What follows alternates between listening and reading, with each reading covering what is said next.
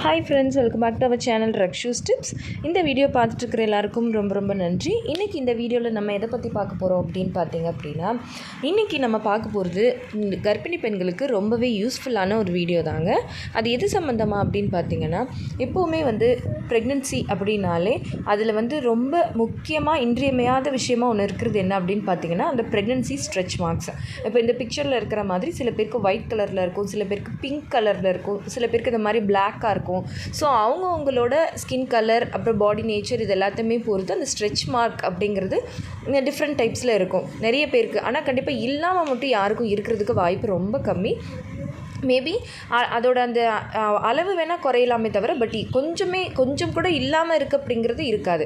So இந்த stretch மார்க்ஸை டெலிவரிக்கு அப்புறமா கர்ப்ப காலத்தில் நம்ம எல்லாமே சாதாரணம் நினச்சி விட்டுருவோம்.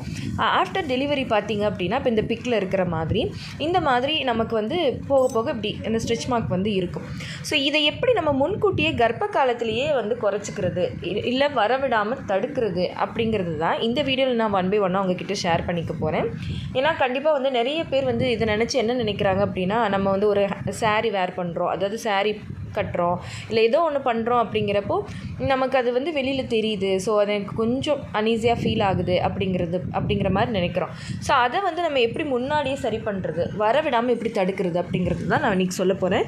ஸோ நீங்களும் இதை பற்றி தெரிஞ்சுக்கணும் அப்படின்னா இந்த வீடியோவை ஸ்கிப் பண்ணாமல் கடைசி வரைக்கும் பாருங்கள்.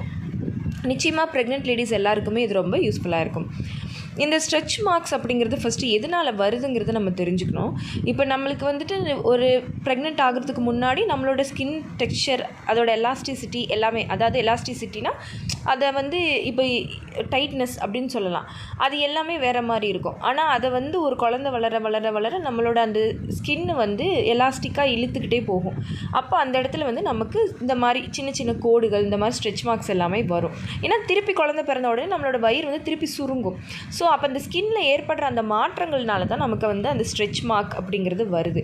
ஸோ இதை நம்ம சரி பண்ணணும் அப்படின்னா இதுக்கு நம்ம என்னென்னலாம் ஃபாலோ பண்ணணும்னு பார்த்தீங்கன்னா, ஃபஸ்ட்டு விஷயம், நம்ம எப்போவுமே நம்ம ஹைட்ரேட்டடாக இருக்கணும். ஏன்னா நம்ம எவ்வளோ தூரத்துக்கு ஹைட்ரேட்டடாக இருக்கோமோ அவ்வளோ தூரம் நம்மளோட ஸ்கின் ரொம்ப சாஃப்டாக எலாஸ்டிக்காக இருக்கும். அதாவது பார்த்திங்கன்னா ஈஸியாக அதோட பழைய நிலைமைக்கு வந்துடும். இப்போ எப்படி ஒரு எலாஸ்டிக்கை பிடிச்சி இழுத்துட்டு விட்டோம்னா அது எப்படி பழைய நிலைமைக்கு வருதோ அது மாதிரி. ஏன்னா நம்ம தண்ணி குடிக்கும்போது நம்மளோட ஸ்கின் நல்லா சாஃப்டாக ஹைட்ரேட்டடாக இருக்கும். ஸோ அப்போ நமக்கு அது டைட்டன் ஆகி லூஸ் ஆகும்போது எந்த விதமான மாற்றமும் ஏற்படாது. ஒருவேளை நம்ம ஹைட்ரேட்டடாக இல்லை, நம்ம ஸ்கின் ஆல்ரெடி ரொம்ப ரஃப்பாக ட்ரையாக இருக்குது அப்படின்னா இன்னுமே அதில் நிறைய மார்க்ஸ் வர்றதுக்கு நிறைய வாய்ப்புகள் இருக்குது. அதுக்கப்புறம் ரெண்டாவதாக என்ன பண்ணலாம் அப்படின்னு பார்த்தீங்கன்னா, டெய்லி 2 டைம் மாய்ஸ்சரைசர் அப்ளை பண்ணணும், மாய்ஸ்சரைஸ் பண்ணணும். அது நீங்கள் டாக்டர்கிட்ட நீங்கள் கேட்டிங்கன்னா அவங்களே சொல்லுவாங்க என்ன மாதிரியான மாய்ஸ்சரைசர் உங்களுக்கு ப்ரெக்னென்சியில் சேஃபாக இருக்கும். இன்னும் கோகோனட் ஆயிலே பார்த்திங்கன்னா உங்களுக்கு ரொம்ப சேஃபான ஒரு மாய்ஸ்சரைசிங் மெத்தடாக தான் இருக்கும். ஸோ நீங்கள் டெய்லியுமே குளிச்சுட்டு காலையில் நைட்டு நீங்கள் அந்த கோகோனட் ஆயில் அப்ளை பண்ணி நல்லா மாய்ஸ்சரைசர் அப்ளை பண்ணுற மாதிரி அப்ளை பண்ணி மாய்ஸ்சர் ஆக்கிக்கலாம். இல்லை உங்களுக்கு கோகோனட் ஆயில் கம்ஃபர்டபுளாக இல்லை, ஏதாவது க்ரீம் பேஸ்டாக இருந்தால் நல்லாயிருக்கும்னு நினைக்கிறீங்கன்னா நீங்கள் உங்கள் டாக்டர்கிட்டே கேட்டிங்க அப்படின்னா அவங்களே சஜஸ்ட் பண்ணுவாங்க. அதுக்கப்புறம் 3ஆவதாக நீங்கள் ஃபாலோ பண்ண வேண்டியது, ரொம்ப சடனாக மடமடன்னு வெயிட் போடுறத அவாய்ட் பண்ணுறது. ஏன்னா கர்ப்ப காலத்தில் பார்த்திங்கன்னா ஒவ்வொரு மாதத்துலேயும் ஒவ்வொரு கிலோலேருந்து 2 கிலோ அதுதான் நார்மலான ஒரு வெயிட் ரேஞ்சு. சில பேர் பார்த்திங்கன்னா ரொம்ப அதிகமாக வெயிட் போட்டுருவாங்க. ஸோ அப்படி இருக்கும்போது இன்னுமே அதிகமாக அவங்களுக்கு அந்த வயிறும் பெருசாகும். ஸோ அவங்களுக்கு அந்த ஸ்ட்ரெச் மார்க்ஸ் ஜாஸ்தியாக வர்றதுக்கு வாய்ப்பு இருக்குது. அதுக்கப்புறம் 3ஆவது விஷயம் என்ன அப்படின்னு பார்த்தீங்க அப்படின்னா, விட்டமின் சி அதிகமுள்ள உணவுகளை உங்களோட டயட்டில் நீங்கள் அதிகமாக சேர்த்துக்கணும். அப்படி சேர்த்துக்கிட்டீங்க அப்படின்னா உங்களோட ஸ்கின்னுக்கு ரொம்ப நல்லது. ஸோ இந்த ஸ்ட்ரெச் மார்க்கை தடுக்கிறதுக்கு ரொம்ப ஹெல்ப்ஃபுல்லாக இருக்கும். ஸோ இந்த டிப்ஸை தான் நீங்கள் ஸ்ட்ரெச் மார்க்கை முன்னாடியே வராமல் தடுக்கிறதுக்கு நீங்கள் கர்ப்ப காலத்தில் ஃபாலோ பண்ணக்கூடிய ஒரு விஷயம்.